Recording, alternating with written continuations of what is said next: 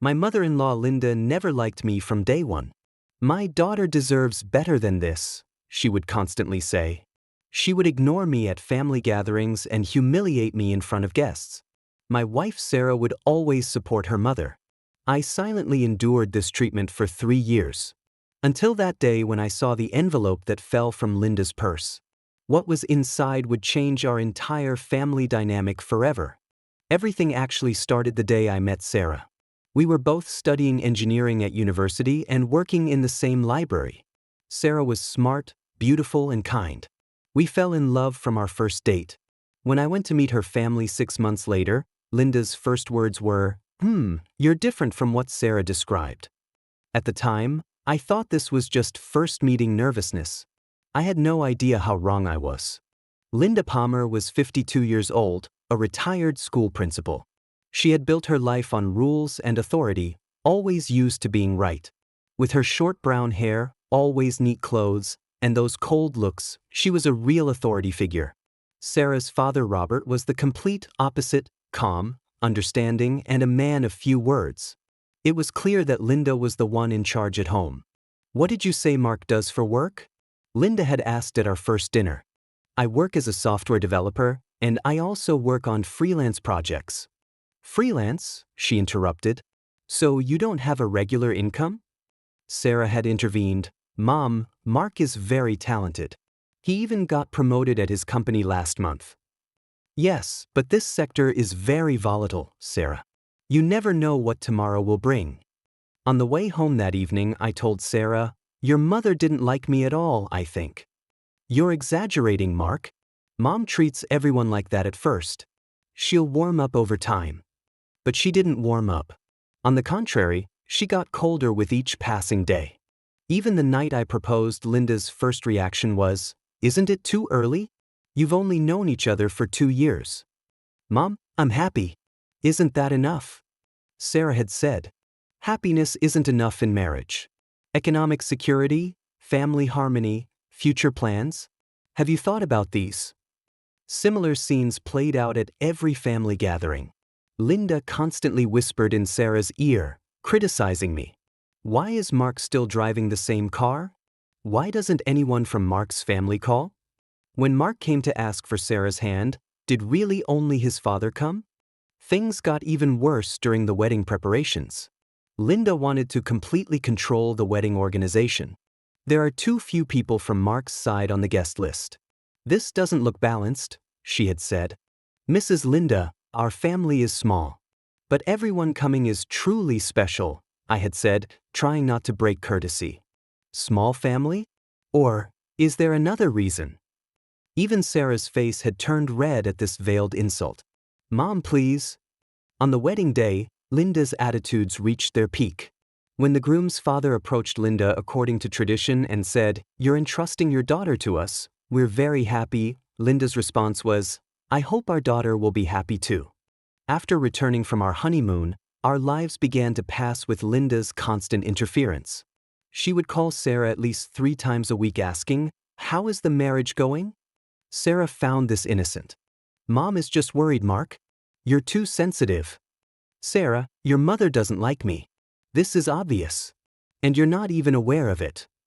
You're becoming paranoid. Mom just wants me to be happy." Our first year passed with Linda's passive-aggressive attacks. At family dinners, she would act as if I wasn't there, direct questions to Sarah, and completely ignore me. "Sarah, when buying furniture for the new house, did you also get Mark's opinion?" she would ask. "Of course, Mom. We decide everything together." "Good. I hope he's not affecting your taste." These kinds of subtle insults had become part of my daily life. The night Sarah's brother David got engaged, things escalated to completely different dimensions. David's fiancée Emma was a very beautiful and successful lawyer. Linda spoke about her with praise. "Emma is both beautiful and smart. She suits David very well. They'll make a real power couple." Then she turned to me and added with a smile, "Everyone finds someone at their own level, right, Mark?"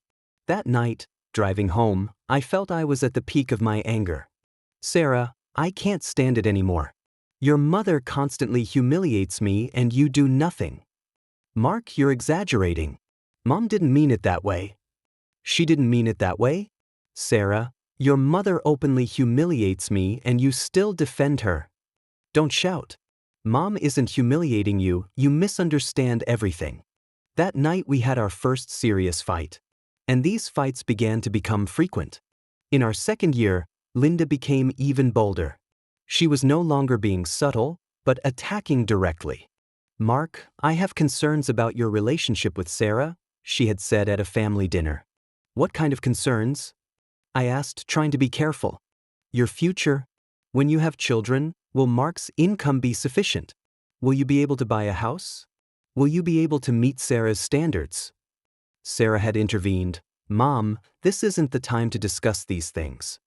When will we discuss them, Sarah? You never take my concerns seriously. Because your concerns are unnecessary, Mom. Unnecessary? You haven't looked happy since you married Mark.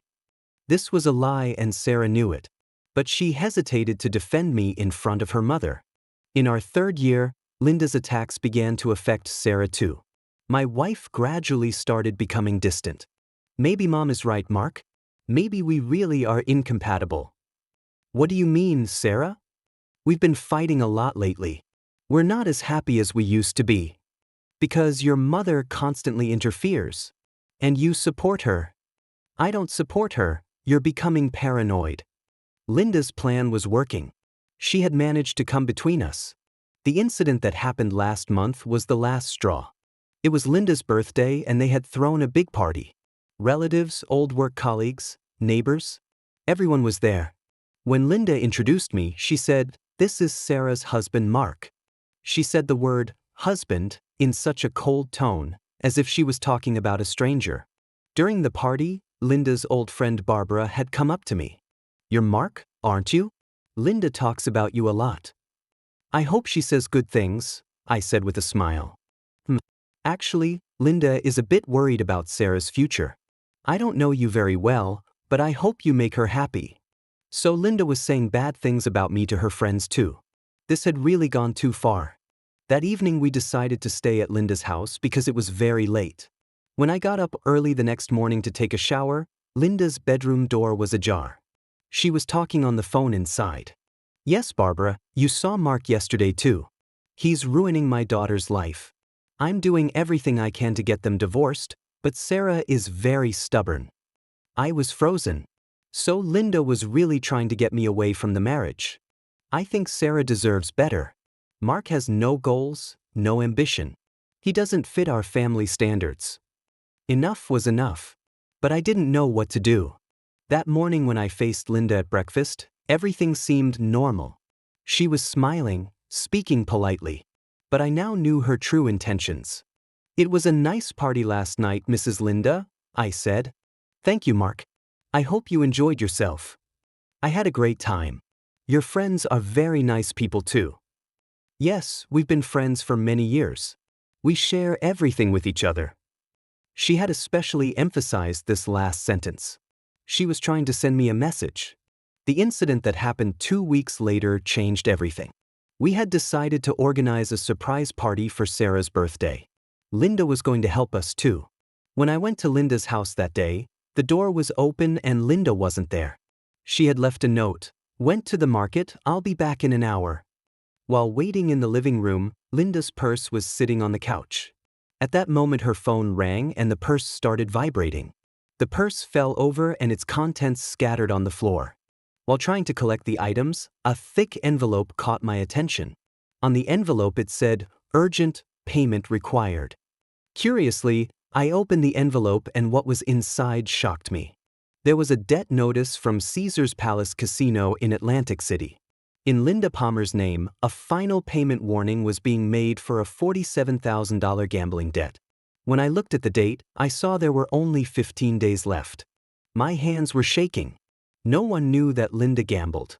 There were other documents under the envelope.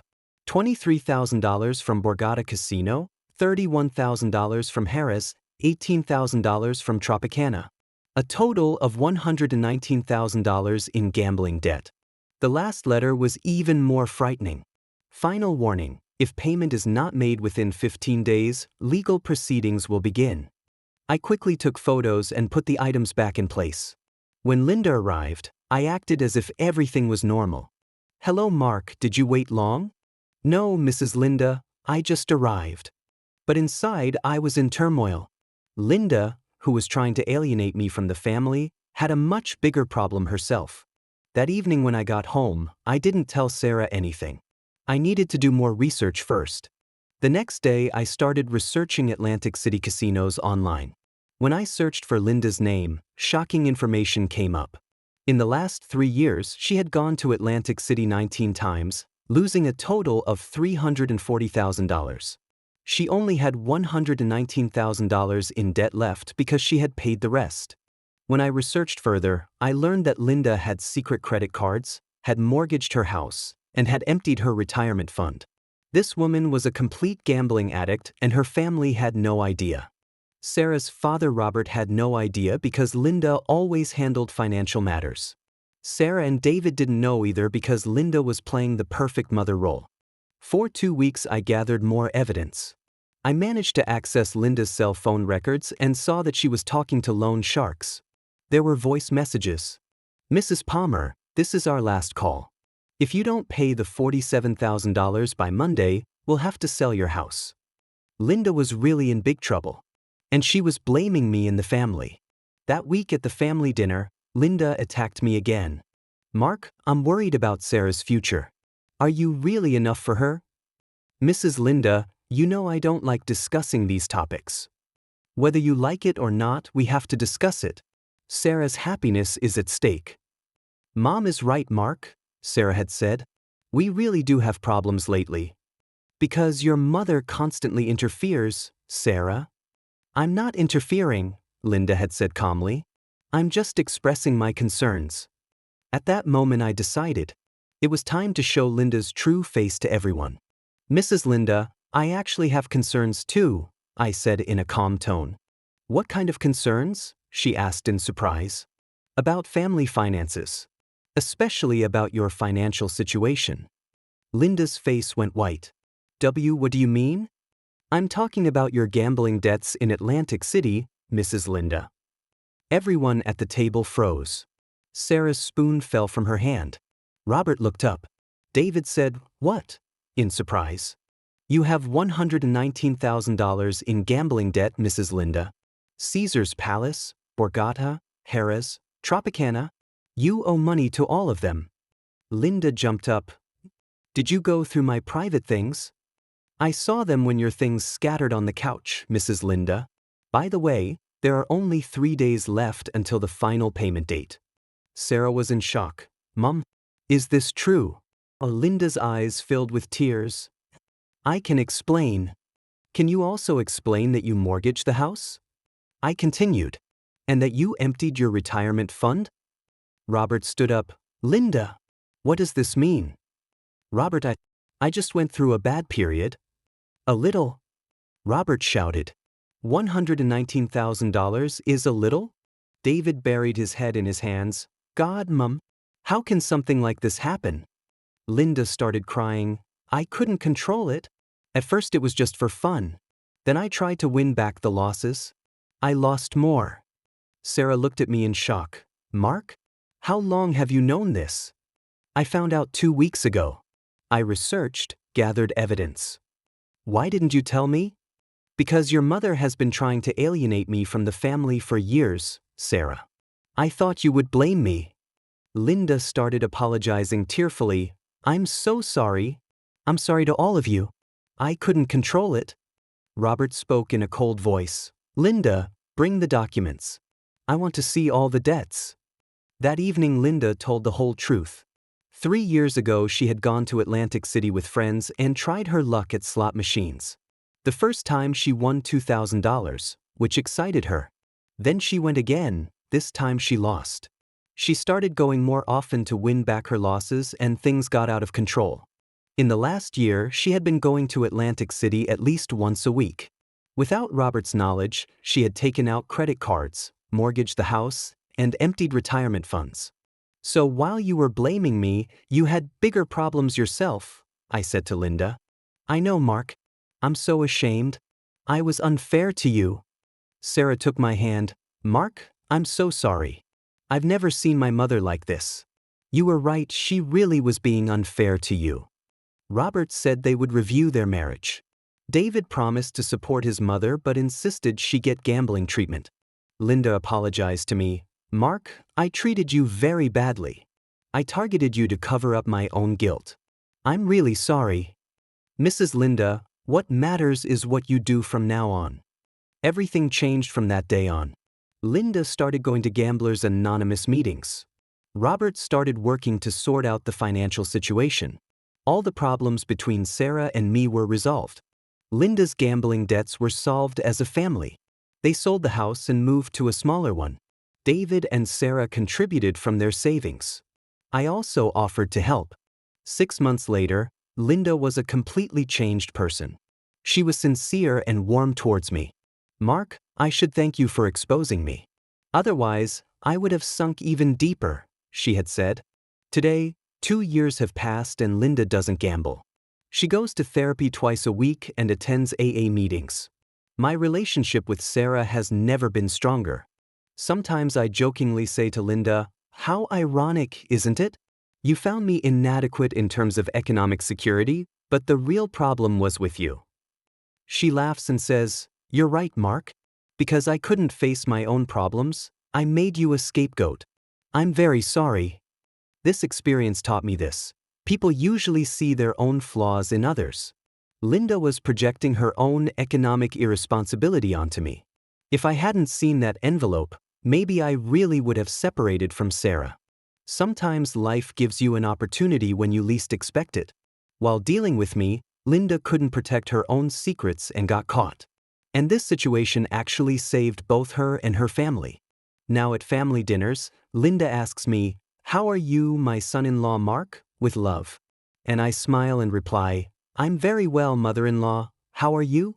Because now we're both at the table with our true identities. The game is over, the masks have fallen.